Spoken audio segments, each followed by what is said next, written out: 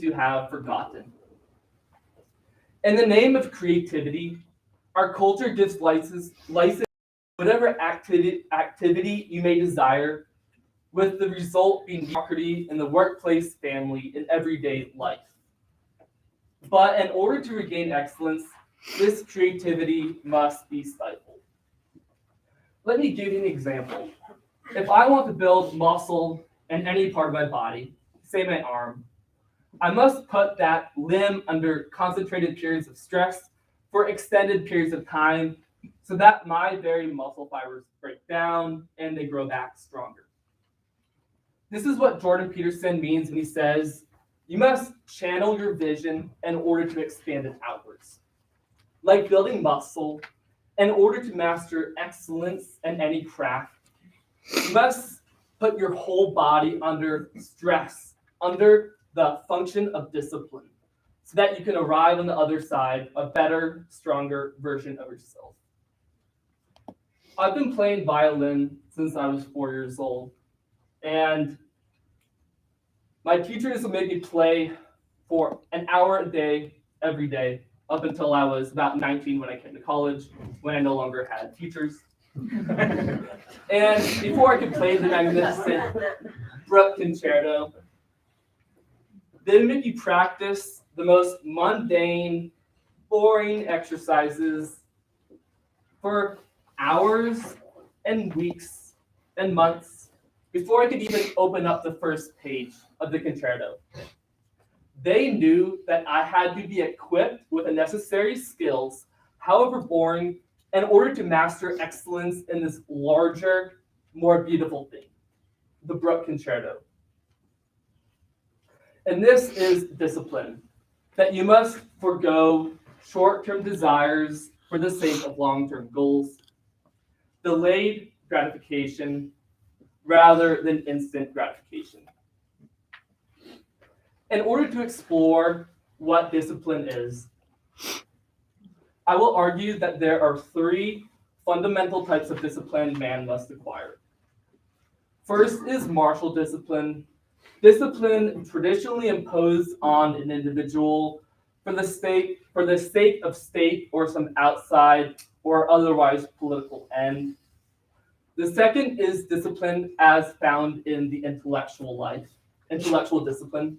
And the third and highest form of discipline is that discipline that arises from the conjunction of both our body and mind. And I call this kind of discipline self-discipline, for it originates from self. I will further give an account of the role that our emotions, our passions play in the life of a disciplined man. First is martial discipline. As I briefly noted, this is the most brutish and basic form of discipline, often imposed on individuals such as soldiers for the sake of some outside, more noble end. Take, for example, a great wild stallion roaming the plains of the West. He is truly wild, powerful, and terrifying to behold. But then a man decides to catch a stallion and train that stallion for war. He spends weeks, months, training this great beast, submitting him to endless training drills and repetitions. Finally, the horse is ready for battle. His wild and aggressive energy is not lessened, simply channeled for a very distinct end. This end is victory in battle. And this is the fundamental concept of martial discipline. Martial discipline is taking men who are like that stallion, wild, powerful, and unfettered, and training them for a very specific task. In the traditional sense, this task is war.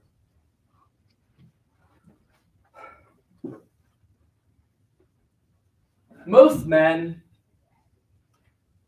who have this positive masculine aggression, unless disciplined, do not use this positive aggression for a higher end, and instead invest it in base pursuits such as illicit sex, drugs, and gang violence. If you do not think that most normal men are disagreeable, unless disciplined, simply take a look at your 17-year-old self. if you're a man. If you're a woman, that's a little bit beyond my expertise. You probably disobeyed your parents, got your mom very angry at you, your siblings even more, and were generally just a fairly disagreeable person to be around. Hopefully, later in your life, you were disciplined to the point where you can now be a welcome member of society. I think Xenophon would have understood this concept well. Now, Xenophon was first a student of Socrates and pursued the intellectual life for many years before he joined the Greek army as an observer, which we would call like a modern day reporter, perhaps. He constantly underwent extreme forms of discipline with his men. His main works are recounted in the book The Anabasis, in which King Cyrus, the leader of the Greek army, leads 10,000 men on an offensive mission into the land of Persia. But along the way, King Cyrus and his men and his generals are killed in battle. His officers are murdered through treachery. What was once an offensive mission now becomes a retreat mission, and Xenophon must take leadership of the troops.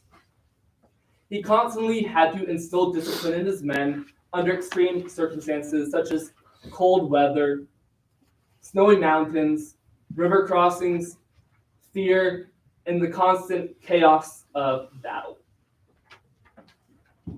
There's a couple instances that I found in the Anabasis that spoke particularly to martial discipline. Finally, the troops arrived in a new land called the land of the Mausoletians. Certain Greeks ally themselves with the local barbarians in order to acquire plunder. They leave the strict discipline and structure of the Greek army and charge the Mausoletian stronghold in a disorganized and undisciplined fashion. The results are catastrophic.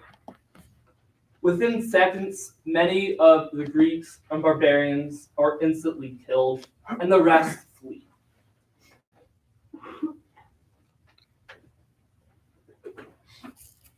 But what many could view as a military disaster, Xenophon sees as an important lesson in martial discipline. He assembles the troops and addresses them as follows: Men and soldiers, do not be dispirited on account of what has happened, for know well that a good thing has also occurred, one of no less importance than the evil. Those are the Greeks who were heedless of staying in order with us and who held that they were competent to accomplish with the barbarians the same thing they do with us have paid the penalty. They will consequently be less inclined to leave our battle order again. But you must prepare yourselves in such a way that even to those who are your friends from among the barbarians, you will seem to be better than they are. And for those who are your enemies, you will show them that they will not be fighting the same sort of men as when they fought those who were in disorder. It is a simple but painful lesson for the Greeks. Those who try to pave their own path in the name of creativity, when the stakes are high, will ultimately be defeated. But how does this lesson apply to us as moderns? Like the Greek soldiers who followed the short-term goals and were killed, we need to start treating our undisciplined actions as having real and concrete consequences. Perhaps not waking up to your alarm or not exercising or not studying does not immediately have consequences on our life. But over time, this following of our short-term desires compounds, and instead of becoming the stronger, better version of ourselves, this following of our short-term desires instead destroys those long-term goals. Like the Greeks, who did not follow the discipline that was imposed on them, not following our undisciplined actions has real consequences. Further, in order to master this martial discipline, we can't really do this on ourselves. We often have to have this strict discipline imposed on us by others. Xenophon understands this well. During a long winter march, one of his men sits down in the cold. He refuses to get up, even though the enemy are in close pursuit. Instead of empathizing with the man, Xenophon strikes the man, pushing him to stand up and keep marching. What could be viewed as an extreme act of violence or aggression on the outside is actually an extreme act of discipline. Xenophon knows that if the man listens to his body and sits down in that moment, he will not accomplish the long-term good of victory in battle or retreat. Instead, he will succumb to his short-term desires and be killed. This lesson, again, has many implications for us as moderns. In order to acquire martial discipline, we need to surround ourselves with people who are our betters, our superiors, in order to master a certain craft. If I want to master, say, a swimming stroke, say freestyle, I would be very wise to subject myself to a coach instead of trying to pave my own path in the name of creativity. If I tried to swim on my own without a coach, I guarantee I would not learn how to swim well, and I would spend countless hours wasting my time in the pool.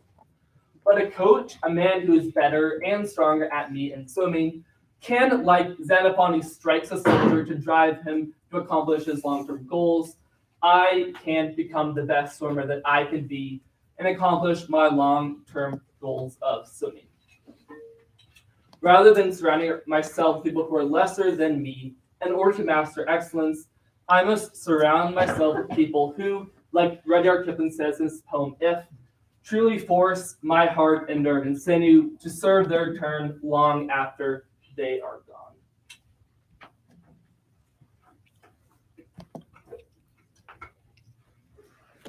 All right. Perhaps it may seem that I am advocating for some sort of alpha male or cold-hearted stoic lifestyle, but I'm not. Things like exercise or waking up early not only form my body, but more importantly, our minds to perform to the highest degree possible. In my short 22 years of living, I've noticed that most men either form their minds or their bodies, rarely both in conjunction with any sort of vigor. And this is because we are afraid to be exposed in our weaknesses.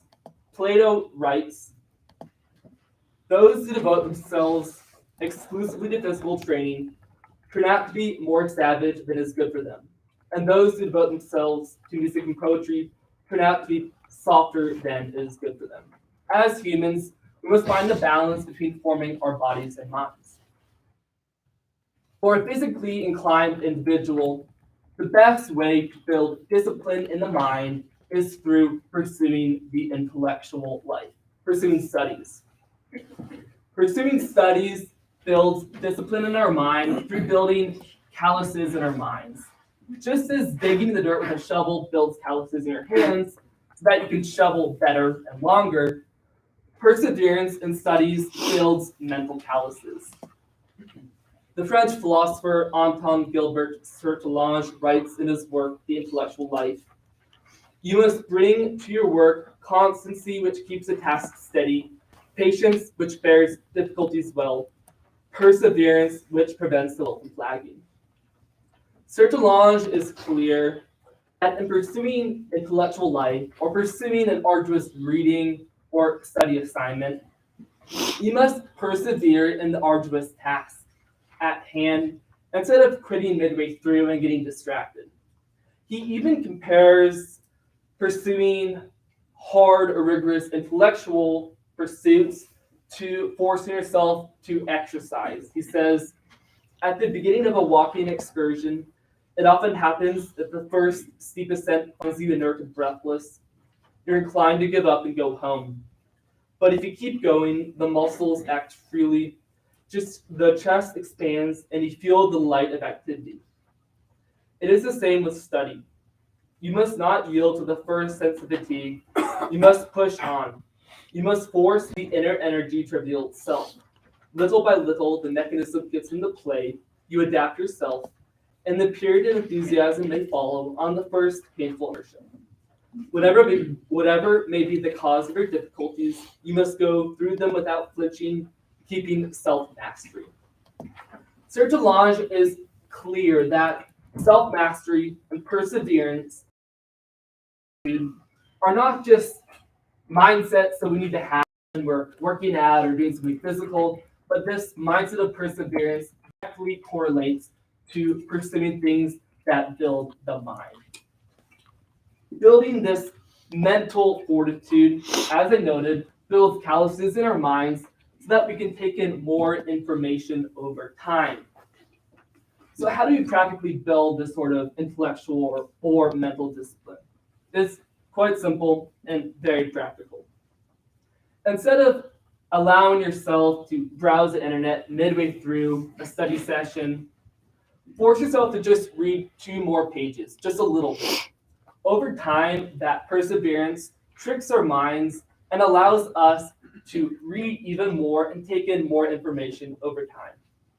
It's actually the same in exercise as well. If you want to get stronger, instead of taking a break midway through your run or your gym session, force yourself to just run for 5 minutes more than you would normally. Over time, this forces our mind to realize that we can push past our former weaknesses. This is the whole concept of mental discipline.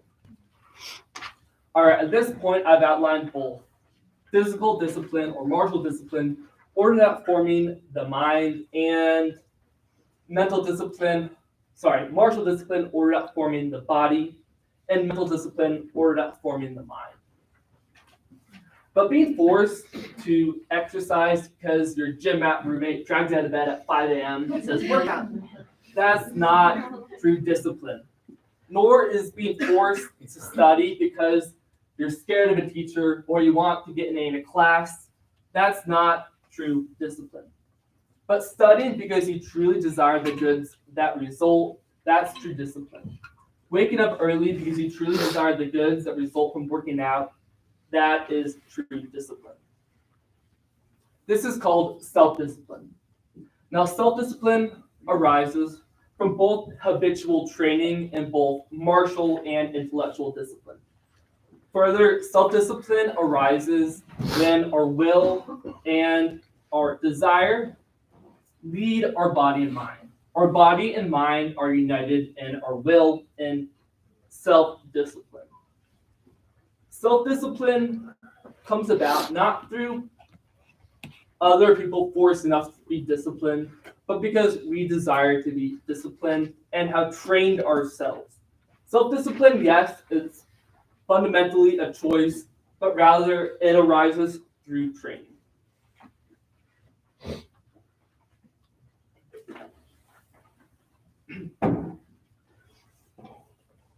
St. Thomas illustrates that self-discipline is directly related to habit. He says in quote 6, habit implies a disposition in relation to a thing's nature and to its operation or end, by reason of which disposition a thing is well or goes thereto. Being forced to exercise and study by another, as is found in martial and intellectual discipline, properly disposes us to acquire the habit of self-discipline. Further, self-discipline is also brought about through rigorous training. Thomas also writes in quote 7, man has a natural aptitude for virtue, but the perfection of virtue must be acquired by man by some kind of training. We can't just acquire self-discipline overnight. It's ridiculous. We as humans, in order to master self-discipline, must be trained. And this means submitting ourselves to the painful process of both martial and intellectual discipline, the disciplines ordered at forming the body and the mind. All right, so that's self-discipline. But perhaps it may seem that I'm framing the disciplined man as emotionless, more of a machine than a relatable human. but I would argue that the disciplined man is truly most in tune with his emotions. His emotions are completely in line with his long-term goals. His emotions do not prevent him from letting his short-term desires dictate his choices. He's able to employ even emotion as a tool to help him accomplish his goals. Let's go back to Xenophon in the March of 10,000. As I noted, Xenophon strikes the lazy soldier. What may seem like an act of pure passionate anger is actually self-discipline at its highest. Xenophon is able to conjure up that feeling, that passion, in order for that soldier's long-term good. He strikes a soldier, and everyone else thinks that he's actually being angry, but he's actually doing that out of the soldier's long-term good. This is what the Navy SEAL commander Jocko Willink means when he talks about default aggression. Default aggression is the ability to fall back on our emotions when our reason limits us. He writes, emotions, in quote 8, emotions and logic will both reach their limitation, and when one fails, you need to rely on the other. When it just doesn't make any logical sense to go on, that's when you use your emotion, your frustration, your anger, your fear to push further, to push you to say one thing, I don't stop. When your feelings are screaming that you've had enough, when you think you're going to break emotionally, override that emotion with concrete logic and willpower that says one thing, I don't stop. Fight weak emotion with the power of logic. Fight the weakness of logic with the power of emotion. I think as humans, we naturally think that most of our inability to accomplish our long-term goals is due to some kind of emotional weakness. But I would argue that our inability to accomplish our long-term goals, be it getting a new job or starting a relationship or even running a marathon, is due to fear. Fear that we rationalize. We say things like, I really don't have time now that it's hard. Am I scheduled to run anymore? All right, it's too hard. I'm going to tell all my friends that it's too hard, and they'll all know that this is a reasonable based decision. It doesn't work in my schedule. Or I'm not going to apply for this hard job because, my resume, now that I look at it, is really not complete enough. I really don't have the experience needed to get this new job.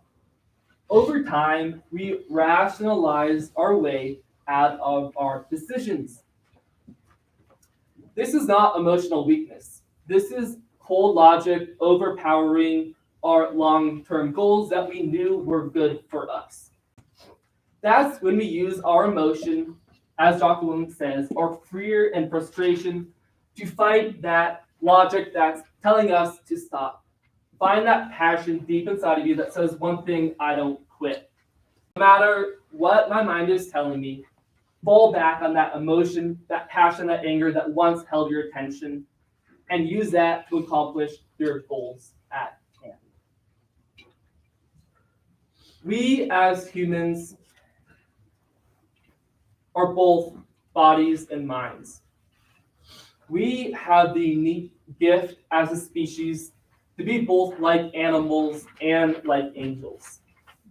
Those of us who live more through our animalistic side need to have that side of us disciplined through training. But those of us who live more through our minds need to summon that great animal, that Sally inside of us, when cold logic limits us. Through training both our bodies and minds in martial discipline, we can be truly said to have acquired self-discipline. That kind of discipline that results as us making the decision to be disciplined in our own life. This is what Jocko Willink, Navy SEAL commander, writes, means when he says, discipline equals freedom. Working out because someone drags you out of bed in the morning, that's not freedom. Studying because you simply want to please a teacher or out of fear, that's not true freedom. But working out because you truly desire the goods of result is freedom. Studying because you truly desire the goods that result from studying, that's true freedom. It seems like over the last 100 years, society has quelled the animal inside of man's soul, making a man who is domestic rather than dangerous, whose apathy is greater than ability to attack life. Hard times create strong men. Strong men create good times. Good times create weak men. And weak men create hard times. We are in the midst of this cycle. Good times create weak men. So what do? It's time to stop rationalizing on the sidelines and actually get in the arena. It's time to actually embrace the hard life of discipline that doesn't start in a glamorous way. It starts by waking up to your alarm clock at 5 a.m. It starts by working out. Small actions. It starts by reading just 2 more pages of that arduous text that you thought you couldn't complete when YouTube looked just so appealing. Quote 10, it wasn't in a war, it wasn't in a battle, it isn't in a melee of fire and destruction that most of us succumb to weakness. We are taken apart slowly, convinced to take an easier path, enticed by comfort. Most of us aren't defeated in one decisive battle. We are defeated one tiny, seemingly insignificant surrender at a time that chips away at who we should really be. It isn't that you wake up and decide, that's it, I'm going to be weak. No, it's a slow, incremental process. It chips away at our will, it chips away at our discipline. We sleep in a little later, we miss a workout than another. We start to eat what we should not eat and drink what we should not drink. And without realizing it, one day you wake up and that becomes something that you never have allowed. Instead of strong, you're weak. Instead of disciplined, you are disorganized and lost. Instead of moving forward and progressing, you are moving backwards and decaying. So where do we go from here? It's not one big step that destroys us as humans. It's many small submissions to our short-term desires that destroys our discipline. So make the commitment to be better. Make the commitment to pursue the path of discipline. Embrace the arduous path, one morning at a time, one miserable workout at a time, one arduous text at a time. And you will be the man, as Rudyard Kipling writes, who can truly force his heart and nerve and sinew to serve their turn long after they are gone, and so hold on when there's nothing in them except the will which says to them, hold on. Thank you.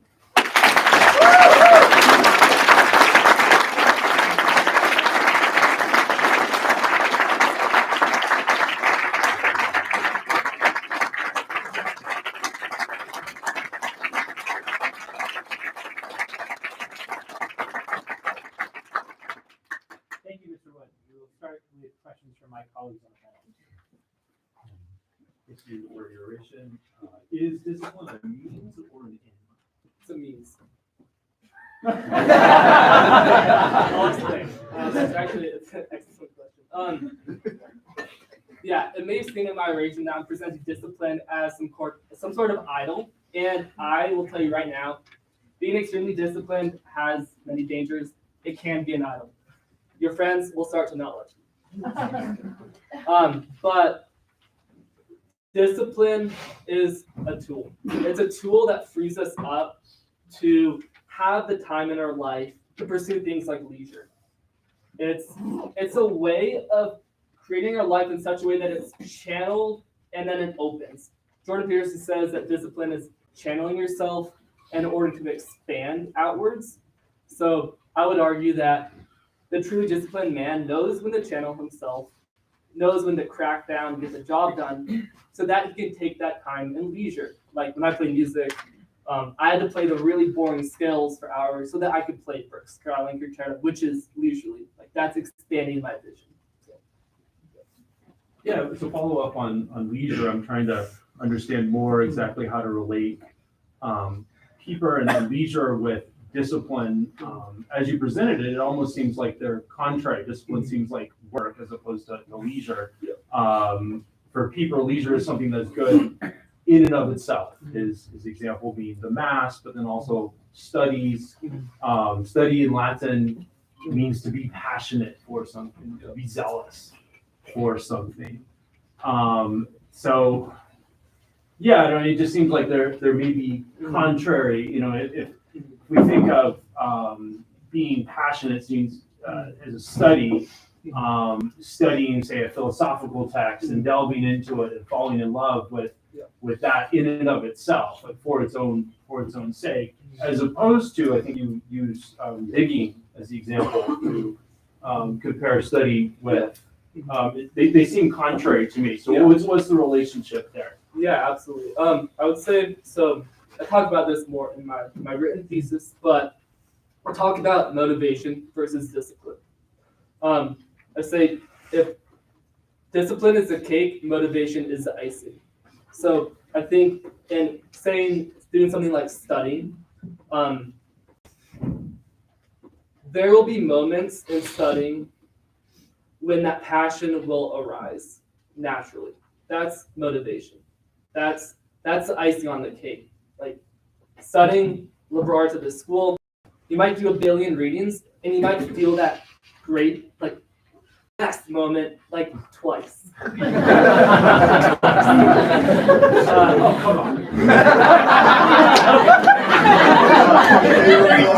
But I think in order to master like excellence and pursuing the intellectual life, I think you need to have that discipline, which is the tool which helps you, like, I need to get this hard reading done and it's not going to be fun and it's 12 a.m. Like, my motivation or my passion for that, I guarantee, my passion for sleep in that moment, I guarantee will be bigger than my passion for that book. And that's, I think, why you need discipline and why it's not exclusive, because it like pushes me to get the job done. And then if I get motivated along the way, that's an extra awesome thing.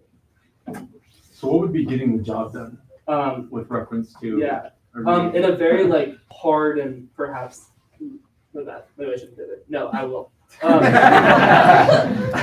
think in a very like, I need to get this reading done, very objective manner. First of all, getting the job done is completing the reading in a way that is me. It's annotating it. It's actually putting in the grunt work in order so that I can say something eloquent, say in class. This is very related to this school, right? But hopefully eloquent. But along the way, the overall pursuit of the intellectual life, it's not. I'm not doing it because I want to be disciplined. I'm doing it because, number one, it's good. Number two, in this academic sense, I need to get it done. So there's something very like objective criteria, like either I did the reading or I didn't do the reading. And along the way, like I hope that I will become inflamed with like stoke and excitement at what I'm doing, but I'm not always going to be like that. So yeah. Yeah, thanks, Aidan. I have two questions. The first, hoping you can shed some light for us on the word. I assume that's disciplina, discipulus, discedere. Yeah. What does the word itself tell us about what it's naming? Well, I'm a little scared because I have a Latin professor in our midst. He knows that. Yes, Latin is not my greatest gift. However, in my thesis, I do note that discipline, it originates in a Latin word, but discipulus or discipula, which fundamentally means like disciple or follower. So I think the very word itself reveals that someone who's disciplined is someone who follows a very strict set of rules. Now, I'm going to get a little Christian here. So,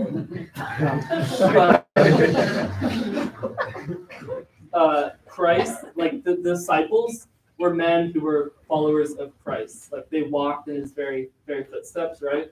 And I think that's shows the meaning of the word in a very like concrete sense. Like to be a disciple or to be disciplined is to follow someone else's path, not your own. And I think that comes from the very word discipulus. Well, that's actually an angle I hadn't thought about. I was wondering if it has to do rather, and perhaps both, with the idea of being a learner, one who learns, following because learning. Yeah. That would that also be applicable to the essential core of what you mean by discipline? Yeah, I mean, I think traditionally understood, probably most people think of discipline, they think of a learner, or I picture like some martial arts, maybe with like a sensei. Oh, yeah. Like, we follow like the hard discipline here. No, but I think fundamentally, yeah, it does entail images of learning. So we, just to pursue that a tiny bit further, we speak of the academic disciplines. They are not the things to students may think that there are different ways of inflicting pain, but they're actually ways of pursuing knowledge. Yeah. Or learning. Okay. My other question then has to do with one of my pet peeves, and that is this mind, body, spirit mantra that we hear all the time. I'm still, after 15 years at this college, trying to figure out whether it's a legitimate division of things.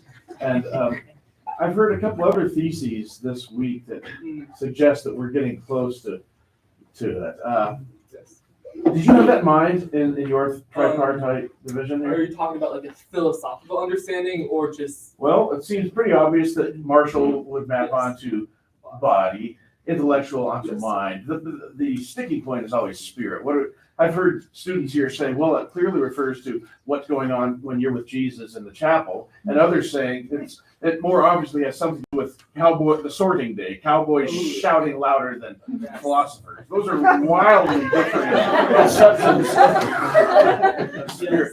Is spirit, I'm not going to trot out my own theory, but I'm going to ask you whether spirit maps onto what you call self here, or not. Yes, I mean, this is beyond the immediate focus of my thesis, but I would say that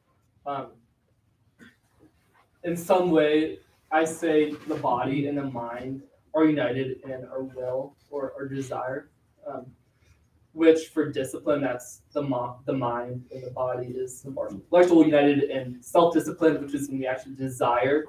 Okay. it I like itself. that, actually. I thought you were walking the path I wanted to see walked when you were going there. Yes. In other words, spirit seems to have more to do with the will, Yes.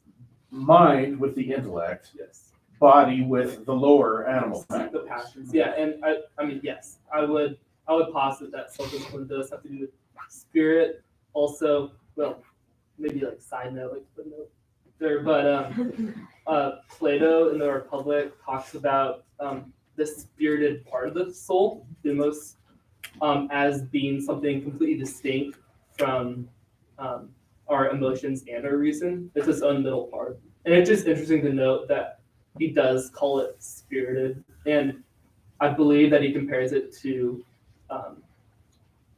an animal. So it's this middle part of us, which I just think is really interesting because I like the image of having part of us too. That's it's something that has to do with our spirit. So, Perhaps a more Aristotelian recasting that would be that in as much as spirit has to do with the will, it has to pertain to both the mind and the body. yes. So it's not so much a tertium quid as the governing of the other two. Yes. Okay.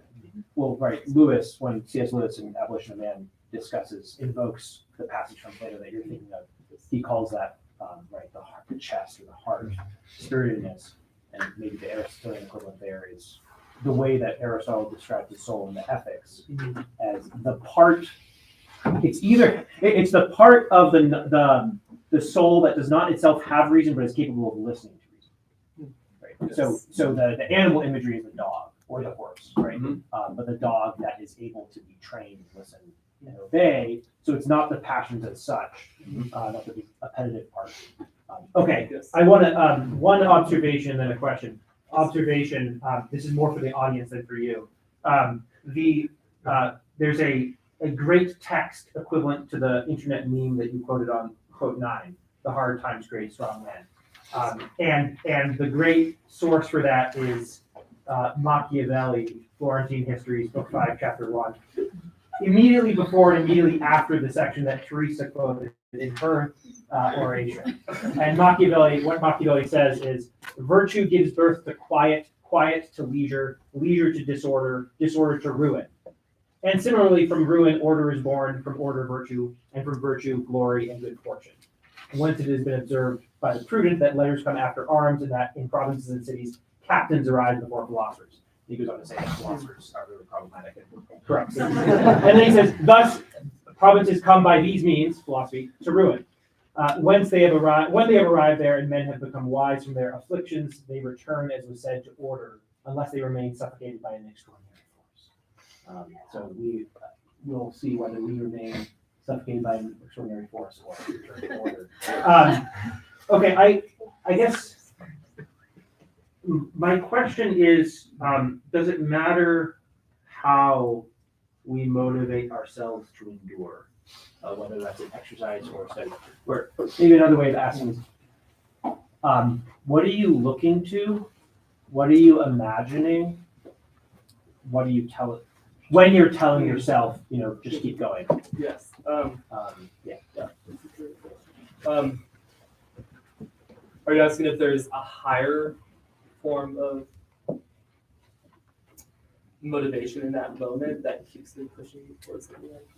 Yeah, or you could just Yeah, what are you imagining in your mind? Say, I want, why should I want to keep I going? picture, well, I guess in my experience, I picture the long-term goal at hand, and how much I wanted that goal when I first saw it.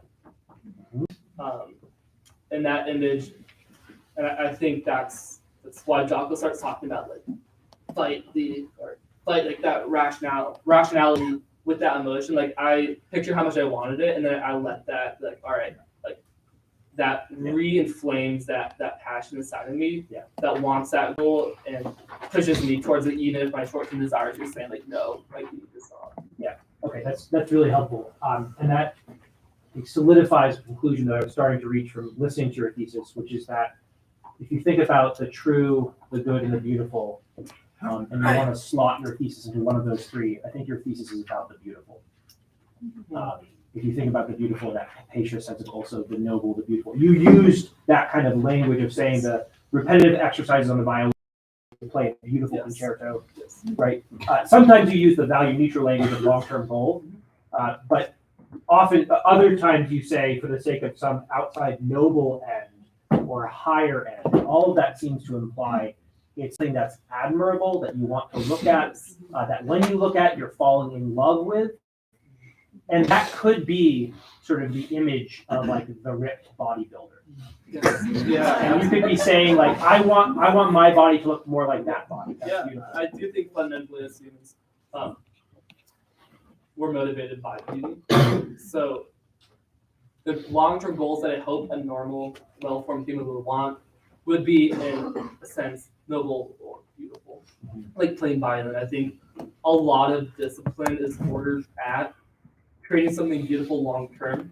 However, there is such as a martial discipline, that discipline that's ordered at something brutish, like getting really good at war is not a pleasant thing, or I can think of many options of where discipline wouldn't be or something beautiful, but overall, I think it seems like victory might be beautiful. Victory is beautiful, but there's a lot of unbeautiful things that happen. Yeah. One more question from Dr. Grove, and then we'll get into that. Thank you.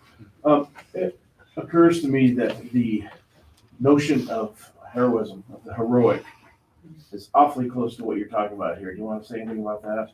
Discipline, heroism. Does the one just merge into the other as a term? Yeah, no. I think discipline paired with an individual who desires, perhaps to quote does Nathan here? Yeah, he's here. This thesis on magnanimity, perhaps. Say discipline paired with an individual who has heroic desires in his heart, like that's a pretty serious force to reckon with.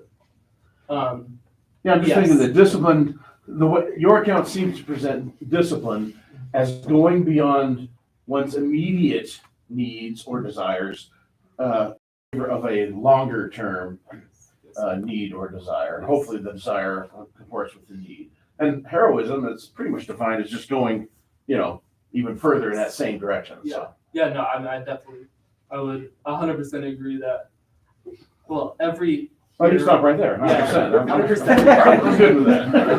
100%. Okay, let's open it up. All right. Liam. All right, so I wanted to ask a question about discipline as compared to habit. Yes, sir. So is it better to wake up in the morning and just be so used to the routine of turning off your alarm and getting to work, going to the gym, stuff like that? Or is it better to go through that mental struggle every morning of, oh my gosh, it's my alarm, am I gonna do this morning? Is like what is it building towards, or is it better to keep that struggle every day? I would say discipline, yeah, it's building towards habit. However, I do think in life,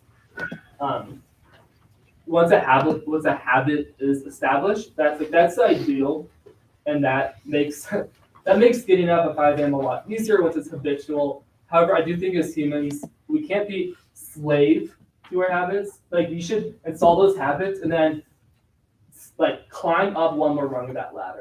Like we got that habit down, which means now we have more time in our schedule because there's less, like we hit whatever, turn off the alarm clock, and now like we're narrowing ourselves so that we have way more time in our day now. So like find other things that challenge you. Like we always want to be getting better. So yeah, build a habit and then make sure you're not being complacent within that habit. Is that okay? Celia. Thank you, Aidan. That was very good. I wanted to ask if, because you talked so much about physical discipline, if you think that these principles of discipline can be applied to non-physical undertakings, or Yes. Also, if you like to have the perfection of discipline, you would have to also have physical discipline. So if somebody Yes. wants to write a great novel, they budget large chunks of time to do that. They Yeah. get up early and they do that. But maybe it's G.K. Chesterton. Like, should we say he's inferior because he never had a six pack? No. Hell no!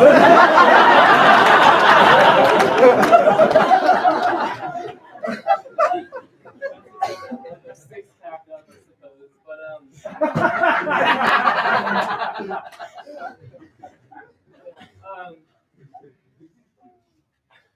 I'm gonna steer away from absolutes because I don't think these are good in this particular discipline. But I would say this firstly.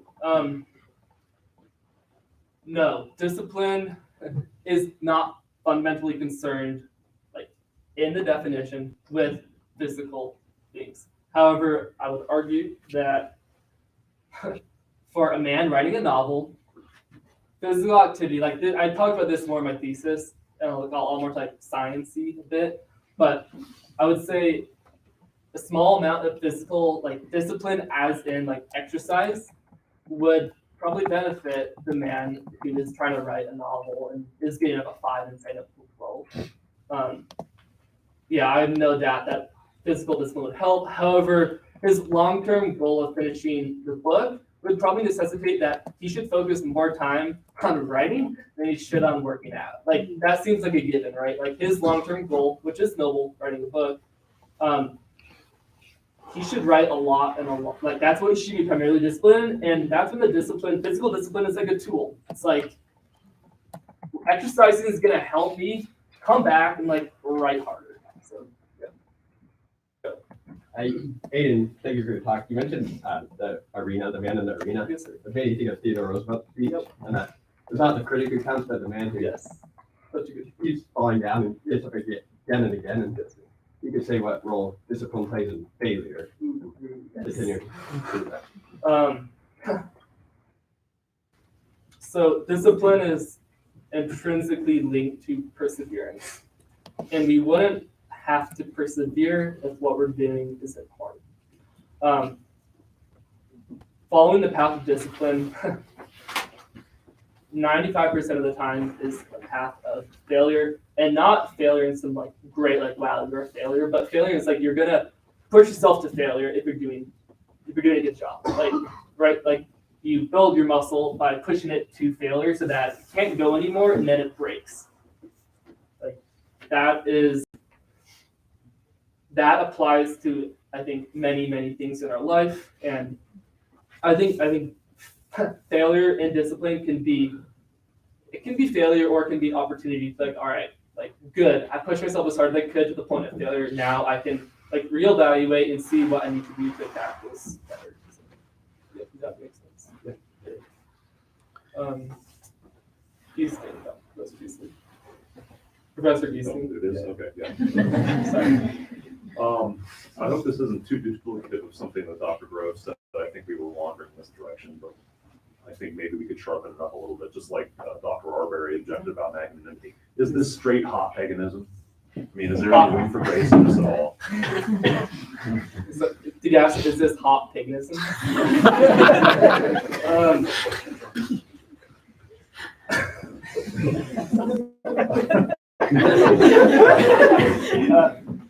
No, it is not exclusively hot paganism. I think, however, the examples that Xenophon I use, obviously it's from a pagan era. I think that's something that we need to reclaim. I think That we've let over time. that we need to reclaim, like that we've lost.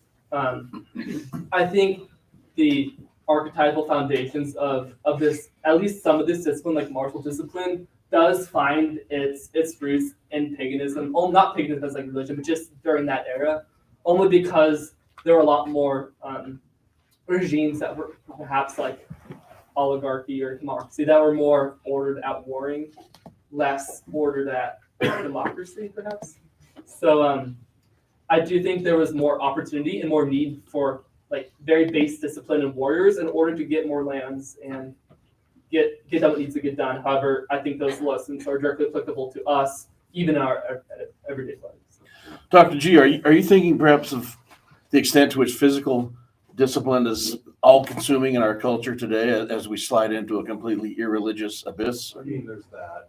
Fulton Sheen has some interesting choice words about, like, already in the 1950s, the totemism of, diet and, physique and looking attractive. I think, honestly, well, this is like off the cuff perhaps, but I do think that desire to like look better and be stronger, I think it's an overcorrection, but I think it's a desire in our culture to reclaim, like maybe maybe Darwin is kind of natural selection, but I do think there's some desire to reclaim like wildness or some element of the animal and perfect it.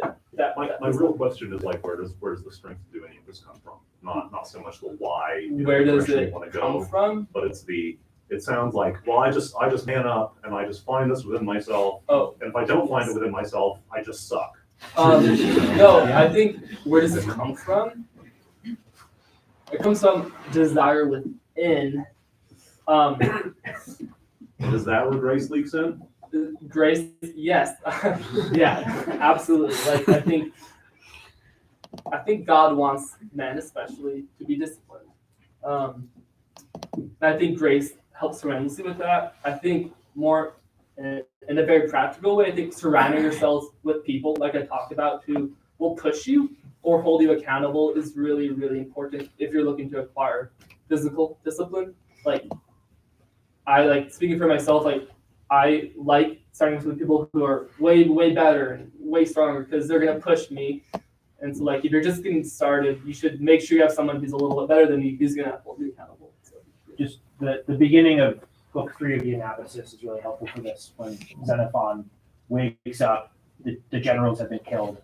He's not in command. No, there's no one in command doing anything. And he basically says to himself, no one's coming to save us. I guess I'm the man who has to do this. Yeah. And I'm not going to get any, like, it would be better if I were 5 years older than I am and more experienced and so on. But in this situation, there is no one else on the spot.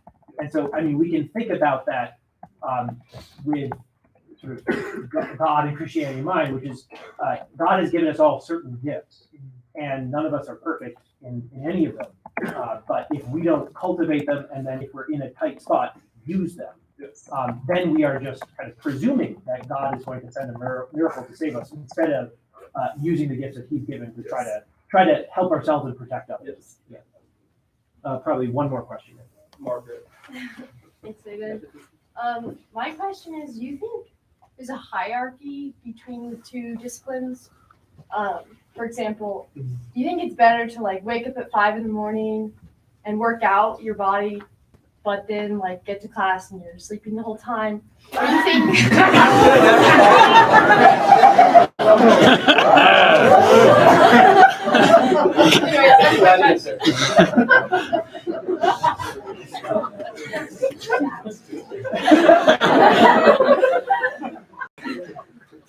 Sorry, what exactly was Do you think there's a hierarchy? Do you think there's a hierarchy? Should we be trying to discipline our body first, our mind first, or spirit first? What's So better? yeah, great question. I think younger you, or like in the earlier part of your life, I think it's very important, especially for men, to discipline their bodies, because their bodies control much of the decisions they make and are like a force to be reckoned with. Absolutely.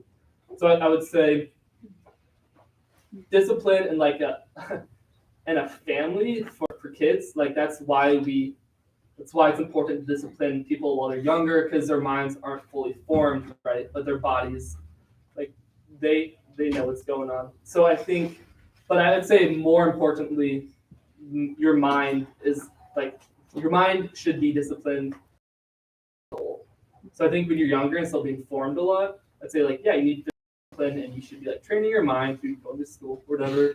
But I think the older you get, I think mental discipline holds priority just because it influences everything you're doing. So, thank you, Margaret. Oh, also falling asleep in class. Yeah, I'm gonna absolutely think that like with there are consequences, and it's not a perfect system.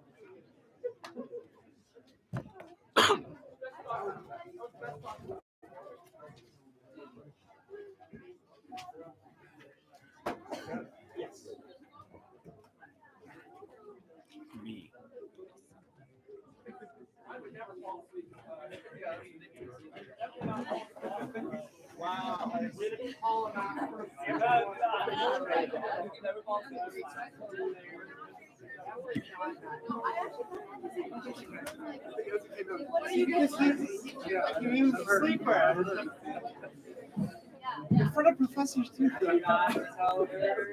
I looked at Margaret, I was like,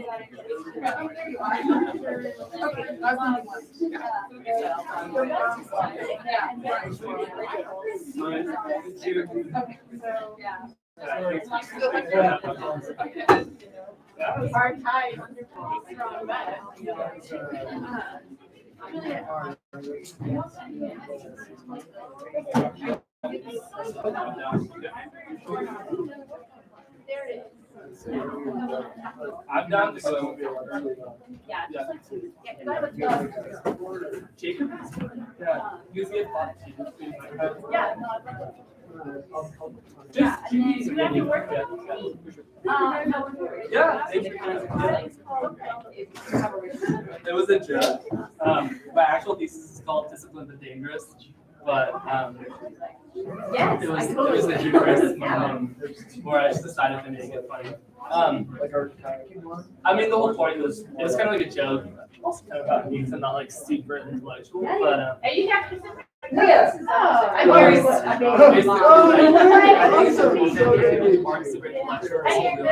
Oh, great. Even if you're not right, like you can still Yeah, no, he's been.